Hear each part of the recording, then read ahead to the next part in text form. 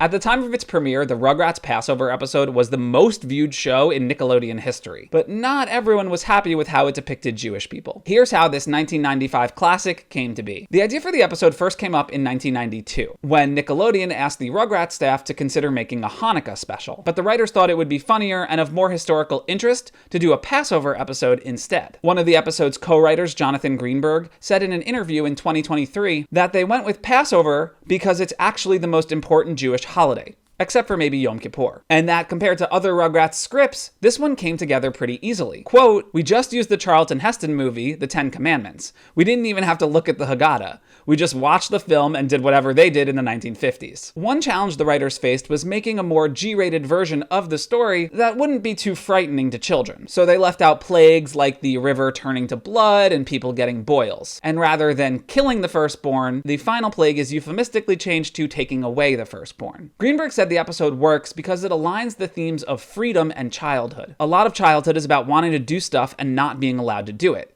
If you tell it right, the themes of Passover should have a natural resonance for kids. The writer also revealed that the episode's particularly off-color joke about a Chinese baby offering up fortune cookies would not have been included today. Recording the episode's dialogue took up to 4 hours for some of the cast members. And then the episode premiered on April 13th, 1995, as the season 3 finale. Passover began 2 days later on April 15th that year. The show was a big hit, earning a 3.1 Nielsen rating, which network executive Catherine Mullally said was the highest rated show in Nickelodeon history. It was a big deal that an animated kids show would feature a Jewish tradition such as this, and that it would depict characters having overt religious affiliations at all. The New York Times said it was, if not a first, a rarity. The episode was nominated for an Emmy for Outstanding Animated Program, as well as an Annie Award and a Cable Ace Award. TV critic Ted Cox said it's among the best holiday TV specials ever produced. And a number of Jewish community publications applauded the episode. In 2021, ReformJudaism.org called it a love letter to a large part of Jewish culture. But back in the 90s, the Anti-Defamation League had one bone to pick. It thought that the grandparents, Boris and Minka, resembled anti-Semitic drawings from a 1930s German newspaper. Then Nickelodeon president Albie Hecht, who is Jewish himself, was shocked by this criticism and found it absurd. Now please, don't close that